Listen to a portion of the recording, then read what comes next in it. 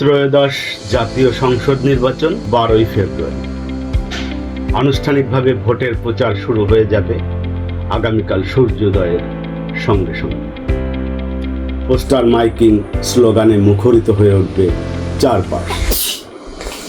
কিন্তু মানুষের মনে একটাই প্রশ্ন, ভোট কি আদৌ সুস্থ পরিবেশে হবে? হ্যাঁ, সুপ্রিয় দর্শক, আসসালামু আলাইকুম। আমরা আজকে কথা বলবো, প্রশ্ন তুলব ক্ষমতাবানদের কাছে ভোটের পরিবেশ নিয়ে। 5ই আগস্টের ঘটনার পরে সারা দেশে আইন শৃঙ্খলার অবনতি ঘটেছে। এরপর থেকে এখনো সারা দেশে যে অবৈধ অস্ত্রের ঝনঝনানি তা বন্ধ করা যায়নি। সারা দেশ থেকে এখনো অবৈধ অস্ত্র পুরোপুরি উদ্ধার হয়নি।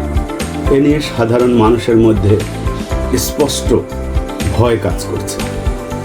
রাস্তাঘাটে, চায়ের দোকানে, এলাকায় সবখানেই অনিশ্চয়তার ছায়া। এর মধ্যেই গত দুদিন আগে চট্টগ্রামে একজন র্যাব সদস্য হত্যার ঘটনা নতুন করে মানুষকে ভাবিয়ে তুলেছে, নাড়া দিয়েছে দেশবাসীকে।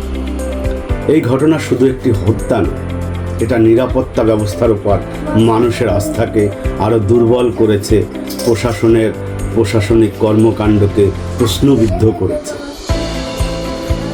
প্রশাসন বারবারই আশ্বাস দিচ্ছে, কিন্তু বাস্তবতা ভিন্ন। বাস্তবতা হচ্ছে সন্ত্রাসীদের তৎপরতা পুরোপুরি ঠেকানো যাচ্ছে না। এই অবস্থায় ভোটাররা কতটা নিরাপদ? ভোট শুধু একটি দিন, মানে মানুষের অধিকার।